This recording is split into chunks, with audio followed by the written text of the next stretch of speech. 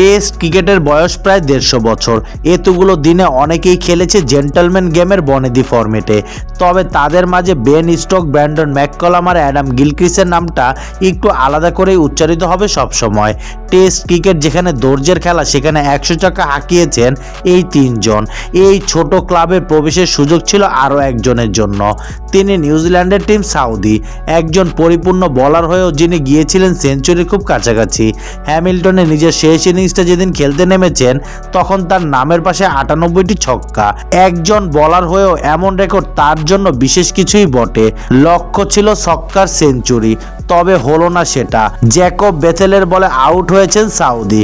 107 টেস্টে 156 ইনিংসে 98টি ছক্কা হাঁকিয়ে তুলে রাখলেন নিজের ব্যাটটা। বিদায় ইনিংসে করেছে 2 রান। তবে ততক্ষণে হ্যামিল্টনে ম্যাচ জয়ের মতো পুঁজি হয়ে গেছে নিউজিল্যান্ডের।